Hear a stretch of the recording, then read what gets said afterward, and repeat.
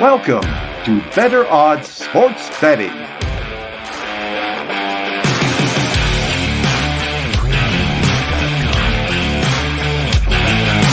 Here's our hosts, Kev O'Neill and Kyle Hunter.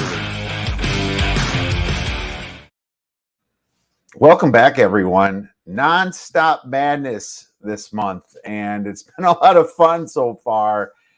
You know, had a great Wednesday myself. Not that good of a day yesterday. I got a little overzealous myself, I got to admit. I took a couple what I thought was really good money line parlays, Kyle, and Texas broke one and Baylor broke the other. Can you believe the Big 12, man? The Big 12 ruined you. Yeah, that's Texas was especially bad with that huge lead, blowing that big lead. But Kiev, this is a great time of the year. I know I'm getting excited for March Madness. Ever since I was a kid, I've always been super excited around Selection Sunday. So we're just a couple days away now. Yeah, we are so close, man. That day I try to filter out as many distractions as possible. As soon as that bracket comes up, I jump right on it. And want to quick put a plug here. We are doing our March Madness bracket again, Kyle. Free $500 giveaway here. And I know you were in it last year. I took third last year, but I didn't take any money. I gave it to the fourth place. I had the Baylor, and but full disclosure, we'll be paying out, and that will grow out. If depending upon the amount of brackets we get in, we'll put out more money if we get in a lot of brackets. So at the Odds Breakers, we are sponsoring that. So make sure you guys get in. It's right on the website. Check that out and get in the tournament because it's the best time of year, isn't it, Kyle? Absolutely is. And hey, guys, free $500 just to be filling out a bracket. You know, you got a lot of prizes there. I don't know why you wouldn't do it. So I'm going to give a plug to Kiev's bracket as well. And I think I might have to fill that one out as well this year.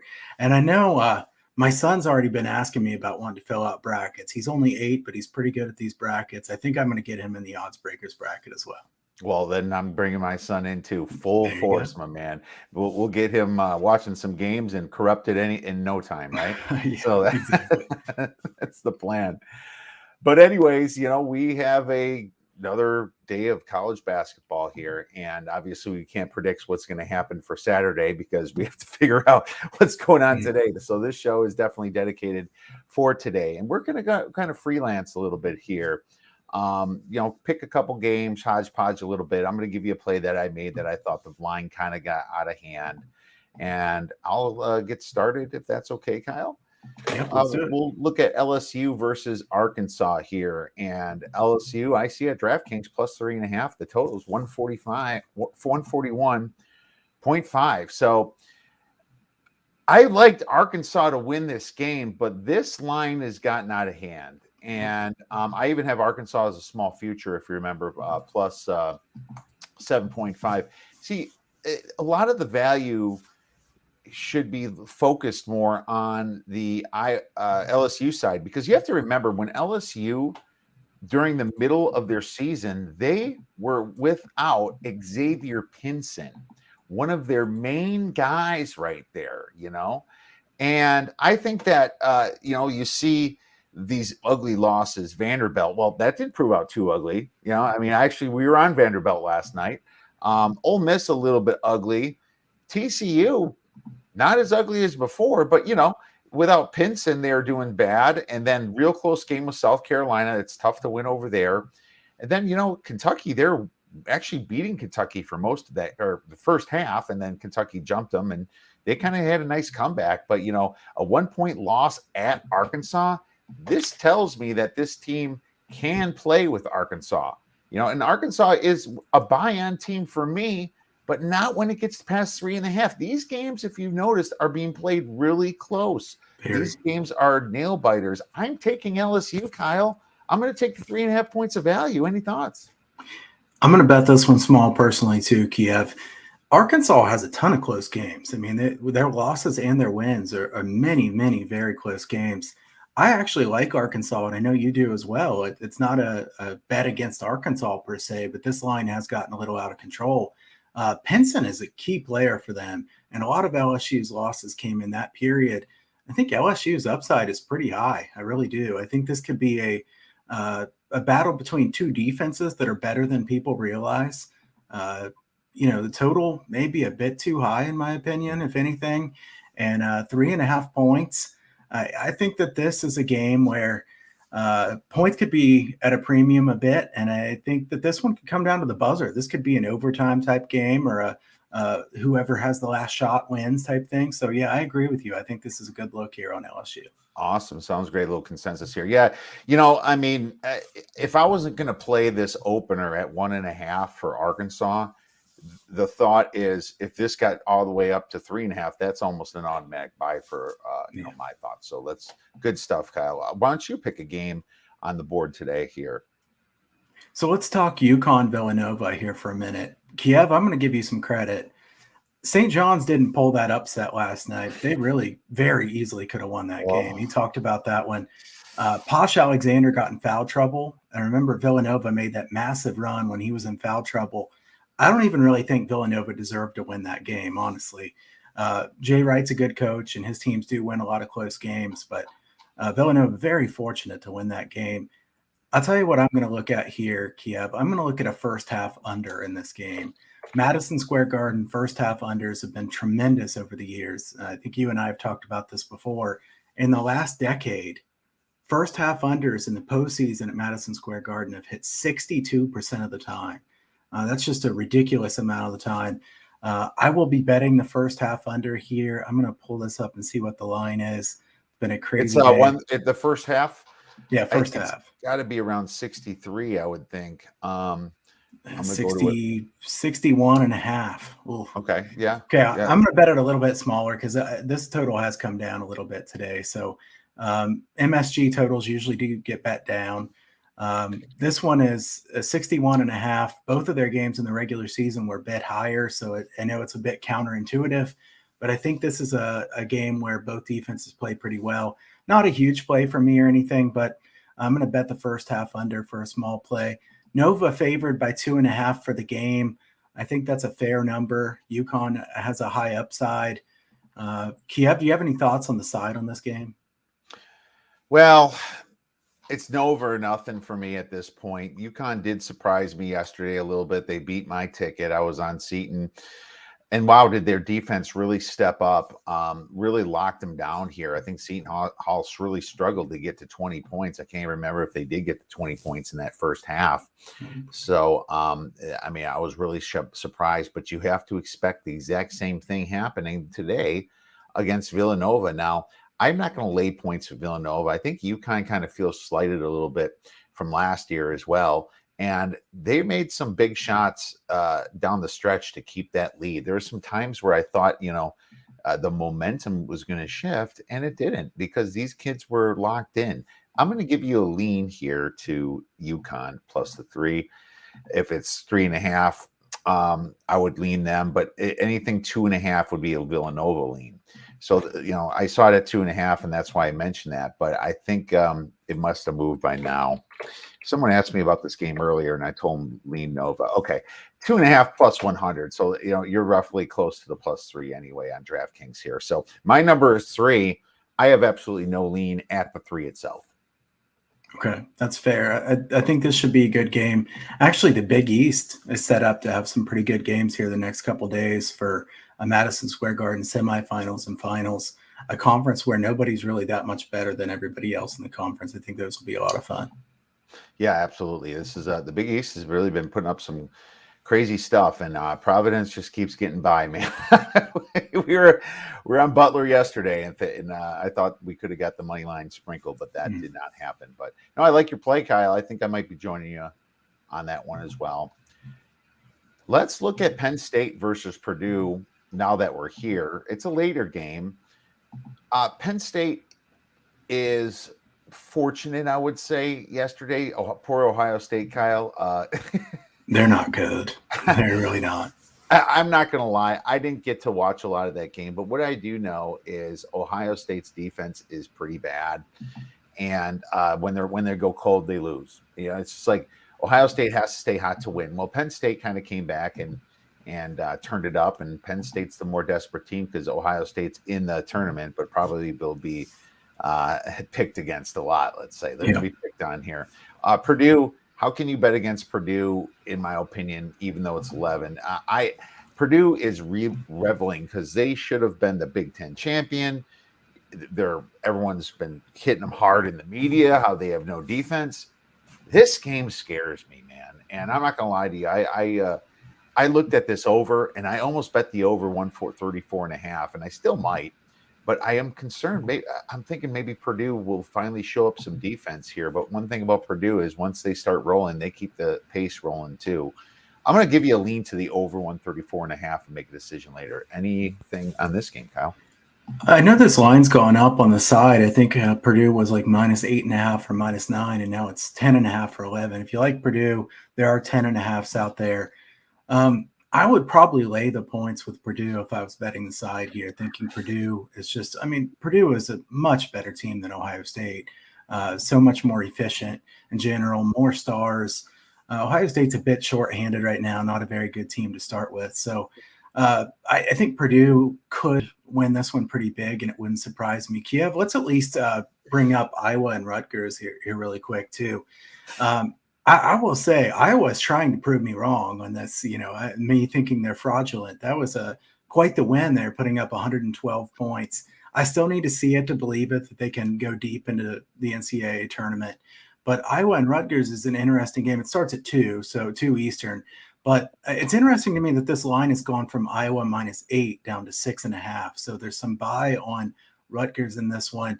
I think that's interesting. Rutgers won this game 48-46 at home. Don't remind me, man. I had the over. Well, you're probably going to get mad today when it's a really high-scoring game, right? So, I don't know. I don't know what to make of that game as far as the side. I just think it's interesting. But 144.5 the total. I don't know. Any quick thoughts on that one? Well, here's the thing. I was on a show yesterday and I said, let's take Rutgers at the 7.5. Then I paused this morning on it a little bit. I didn't take it. And then now it went down, and it was the sharp side. It was. And the way I look at it is Rutgers is capable of playing that defense again. But like this with the Big Ten, there's certain groups that swallow their whistles, and there's certain groups that are going to call a lot of them. If Rutgers can't play defense, Iowa is going to win this game, and they could win by a lot. If the officials allow them to play defense, then you might get another smelly, drawn out, slow, not great game for Iowa. I think I predict that this is going to be a very emotional game for these kids. I think Iowa's thinking revenge themselves as well. I think they're going to be getting in each other's faces a little bit because Rutgers is definitely going to try to slow it down, and they're going to try to D up Iowa. But you know how it is when you're slowing it down and you're down 6, 7, 8, 9, 10 points. You start speeding up a little bit because you feel pressure, especially when down the stretch here with 8 minutes here. This total, Ken Pom, I looked at it this morning. Ken Pom thinks the total should be around 156. I'm seeing here, right? That seems to be 146. Well, 146. That's kind of where it was when I bet it. And what's it at now here on DraftKings? It is 144.5. 2 points lower for the neutral court. Probably a good total, Kyle. Yeah. I don't think I lean either way because I could see it going both ways. Yeah, probably a good one. Do you have any thought? Can we talk USC, UCLA here for a minute? Of course. We ought to get a little. I was on Washington last night, and it was a really late game. Yeah. And I'm not gonna lie, I didn't finish the game, but I looked in the morning. I was kind of disappointed that my money line side didn't go through. My spread did. But Washington overtook the T-Mobile Center. Like the whole state was there pretty much. And they were very loud. And for a while it worked for Washington State, but then they crumbled. But it kept Washington in that game against USC. So I was happy to be on Washington plus the 7. But USC, UCLA is almost like a special game because it's such a rivalry here. And I'm excited for it. But what are your quick thoughts on it? I did see the end of that game last night. I'm kind of regretting that I saw the end of that game. Early wake up today. I'm thinking maybe that was a bad decision. But having said that, USC took a lead there by like 5 or 6 at the end and then threw the ball away 2 or 3 times. Washington had a chance to tie it, missed. I don't trust USC near as much as I trust UCLA. I think UCLA is several levels better than them. I know this is a rivalry game. If I was betting aside, I would lay the points here with UCLA. The total is a fair one to me at 134.5 for the neutral court. So I'm going to lean UCLA in this one, but nothing strong. I just thought we might want to cover that game because it's such a rivalry game and a key game there in the Pac-12. No, 100%. Now I want to mention a couple other Big Ten games. Illinois, I said I liked the 3.5 on my show yesterday, but then I got around to it. It came up to 4.5 juiced and some 5s last night. Well, I told, our customers at the odds breakers, well, wait till it gets down. Unfortunately, it never went down. And, you can see it live right here. The game's on. Right after this, I'm going to turn it on. I could not bet Illinois past 4.5, 5. It's just no way. It would close at 6. So just remember how quickly these lines are moving. So just wanted to mention that. But the same thing happened with Wisconsin, Kyle. I knew that Johnny Davis was playing. This line was -1.5, -2 this morning early. I took it. I knew that there's no way that Wisconsin should not be laying 3.5 against a Michigan State team that had such a bad finish down the stretch. And I'm not impressed by Maryland. So you can just take that. Maryland could have won that game if Fats Russell hit that shot too at the end. So in my opinion, Wisconsin was good value, but now at the 3.5, can't do it. So keep in line that these lines are moving. Yeah, I agree. I probably should have bet Wisconsin -1.5. Michigan State, not a team I trust. I know Izzo's known for these March runs, but Michigan State's not nearly as good as they've been in some of the past seasons. So, that's a game that I would still only lean Wisconsin to, even at the 3. Yeah. And there's also a chance Wisconsin bites the bullet as usual, too. I mean, we've seen so many crazy upsets happening already in the madness. So Izzo is supposed to be the month of March. So, you never know. I have to think that after that Nebraska loss that this team is going to rally for at least this game. And then I might be pounding Purdue tomorrow. We'll see. Sorry, Badger fans. No, great stuff. What about Duke, man? They were in trouble for a while, Kyle, against Syracuse, and I was kicking myself the whole time for not taking the 15 because I knew that even with Boeheim out, the other Boeheims were playing, and they were really going to step it up, and they did, and they caused problems for Duke most of that game. This game was a lot closer than the final score was. But look at Miami. Miami already went and beat Duke, Kyle. They already went there. They got that done. Motivational factor for Miami. I think Duke is a little bit weak. I think Duke has some consistency problems. I think they get cold, and I've seen that against North Carolina, their last game of the year, and I saw some of it yesterday. I'm taking Miami +9, man. I don't know what to do with the side on this game. Duke's capable of playing really well. They're inconsistent for sure. I think I like the over 147.5 or 148. This one's been bet down like 4.5 points. I know that a lot of these games are going under, and Kiev, you know me well enough to know that I take a lot of unders this week. That's for sure. Yeah, you sure did. But this game's, 147.5, 148 is pretty low. I say 149 at DraftKings, so it's creeping back up. Okay, all right. Some of them, most about 148 now. Bet Online was showing 147.5, but now it's juiced to over -115. So I do kind of still like the over a bit there in that one. Miami squeaks by yesterday, obviously. I don't know how that plays in today's handicap. Like you said, Duke was pretty fortunate. I know some people even thought that Duke got some pretty fortunate calls in that game, which, that wouldn't exactly be the first time that's happened, but we don't want to get too far down that path. This is a Duke team that's capable of playing amazing, but they've laid several eggs at this point. Probably a little bit overvalued. So I don't hate to look at Miami here in this one. Can I bring up one for late night tonight here, Kiev? Let's do it. All right. So how about Colorado State and San Diego State at midnight Eastern tonight? The Mountain West is a lot of fun, Kiev. This is a really good conference. Very close games constantly. I am really disappointed in myself. I did have a really good day yesterday, but I'm disappointed in myself that I didn't take that Fresno State, San Diego State under 115.5. My numbers told me to take it. It's just, I mean, it is so hard to take under 115.5. You know that anything, any kind of stretch of foul fest or anything, and you're done. That's it.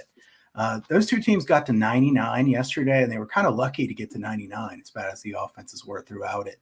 Colorado State and San Diego State here. The last I saw, this total was 125. So correct me if it's changed from that. But 25.5. Okay, 125.5. That's a little bit better. I would lean to the under in this game again. I haven't decided if I'll bet this one or not. I'm going to look at this one a little bit more here. But Colorado State has slowed their tempo down pretty drastically in recent weeks. San Diego State's offense is so bad, but we know how good that San Diego State defense is. Arguably the best in the country. San Diego State or Texas Tech. Their length, athleticism is really tough to deal with. I think this will be a low-scoring, close game here. So it looks like San Diego State is favored by 1.5. This line was pick'em at the beginning, so the line has moved towards San Diego State. I would probably lean towards San Diego State here, but I don't like laying points with them. So strongest lean here, the under for me. What do you think about this one? Well, I bet the Colorado State game, and I still have the graph in my phone showing how they choked in the last 2 minutes, being up like 16 points, winning by only 1 or 2. It was just, I watched it. I was like, this is not good. They kept stealing the ball and hitting threes. It was crazy. Like Colorado State could not get the ball down. They had those one kid that they were picking on, just boxing them up and full court pressing them. And literally, this game's giving me nightmares. There's no way I'm taking a side in this game again after that, man, for that drubbing. But I will say that I will lean strong to this under, even though it's 125.5. Kyle, if you're upset with yourself not taking it under 115, I think maybe this 125.5 might be right your style. You are correct that Colorado State has been slowing it down some, and I think this is going to be a great game. One of the good things that did happen to me yesterday, and I had a lot of plays yesterday, is I got that middle on Colorado State. I laid it right away at -1 the night before, and then this thing got up to 4.5. I bet back just about the same amount of money on Utah State plus 4.5. And do you know why? Because the Mountain West plays close games. Yeah. They play close games all the time. So this line doesn't surprise me that it's close. Anything 3.5 and under from here on out in the Mountain West, you really got to take. I'm waiting on this Boise State line a little bit too. I'm really curious to see what direction that's going to go. Boise State versus Wyoming. So another awesome Mountain West game for tonight. I think it's going to be a fun-packed day of basketball, Kyle. So I'm very excited for it, man. We're out of time right now, but Kyle, you had some great information already for me this week. I really appreciate it. We're going to be pounding the books and pounding the podcast next week. Where could the viewers get your information for the weekend? So you can go over to huntersportspicks.com. My premium plays are up there. I've got a special price right now for the Basketball Fanatic Pass, which is the rest of the season for college basketball, which we're kind of growing short on time in the college basketball season. But there's going to be plenty of plays in the NIT and the NCAA tournament. I know, Kiev, you also like the NIT and CBI and those smaller ones. You can find some good value there. There'll be plenty of plays there. Also, the NBA season's included in that Basketball Fanatic Pass. If you want free plays, you can sign up for my free picks newsletter over at huntersportspicks.com. The free plays are hitting at 57% here over the last 3 years, so those have done really well. And I'm around everywhere at Kyle Hunter Picks on Twitter, also on TikTok. Kiev, I'm still having a bit of a hard time with the TikTok. I think my son, who's 8, likes TikTok better than I do, but getting into it a little bit there. And also you can find my totals package over at the Odds Breakers. I try to have a little fun with TikTok myself, and I'm struggling. I can't seem to, when I put music on, it's like doing it for the whole time instead of, I want to do different music and clips, but maybe somebody can reach out and teach me that. But check us out at theoddsbreakers.com. We're also doing TikToks every day. I'm going to try to keep that up as well. One of the few platforms that hasn't shut me down for advertising. So keep plugging away at TikTok. But oddsbreakers.com. We have amazing handicappers in pretty much all sports and more. Patrick Gates is just killing it in golf. He's just been hitting like 125-1 guys to win lately, and I'm just so proud of those guys. Chris Farley, Sean Nachi, Nick, everybody. They've just been really killing it over there. So really appreciate it. We also got some soccer too. Steve Norman, Chris Farley's friends doing soccer. Whatever you need, we have at theoddsbreakers.com. So definitely check it out. Kyle, any last thoughts? Enjoy the games. The next time we talk, we're going to have a bracket in front of us. I'm looking forward to it. Go get some winners. Thank you for watching Better Odds Sports Betting.